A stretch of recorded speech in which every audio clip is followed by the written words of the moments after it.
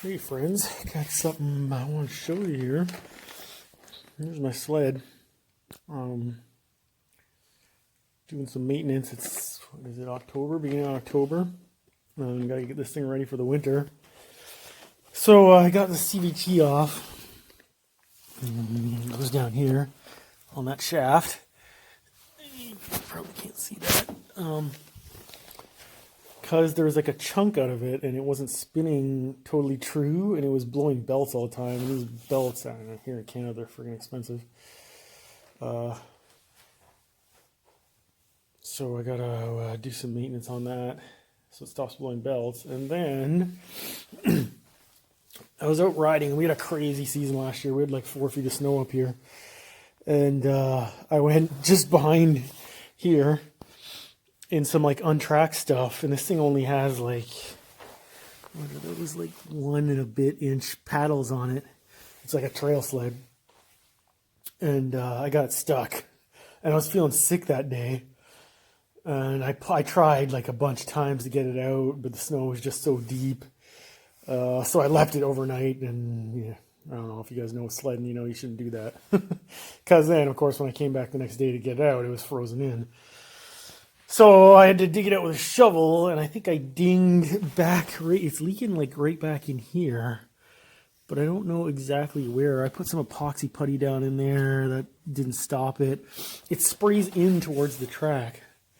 So I'm trying to get this thing off. I got all the plastics off, the tanks off, but I don't know. I'm going to fill it up with water tomorrow and see if I can start it up and see if I can get figure out where that's leaking from. And then I need someone to take it, or I could try with that epoxy once I know exactly where it's leaking from. But all this stuff is riveted together. It's kind of a pain to get apart. I had to pull the grab bar off already just to get it what I got here, and I thought I'd be able to see better. But we'll get her going. Hopefully in time for winter.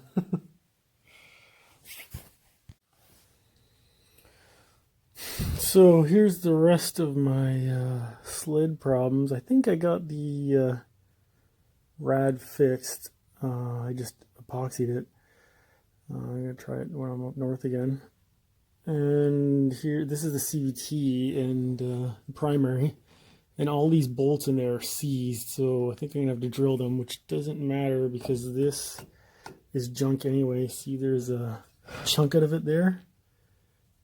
And it doesn't spin totally true, especially at high RPMs, and it just keeps blowing belts. So, hopefully I can drill and get this plate off, and then we'll see from there. So my video on how to rebuild the CVTs turned into a video on what not to do. Anybody watching that's done this before and knows what they're doing is probably laughing at me and being like, what is this idiot doing? So I drilled these bolts out. Don't touch those bolts. Don't drill them out. Don't even try to take them out. The proper thing to do is you need your clutch puller tool, which mine is up north, so I can't even go any further on this. And you thread it down through that hole, and then I guess you hold the clutch up and hit the end of it, tap it like with a hammer, and then this whole assembly will slide off the shaft, and then that's how you take it out properly. But because there's this chunk out of this thing, this one's junk anyway, so it didn't really do any more damage. I was going to change it anyway.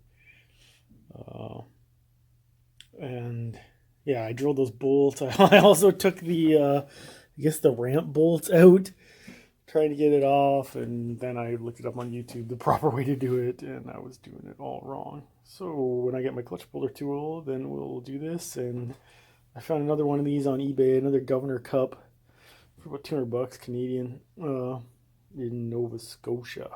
So I'm going to go ahead and order that, and probably a rebuild kit, because probably I should change the ramps while I got all this apart. So it's going to be a bit before I can go any further on this thing.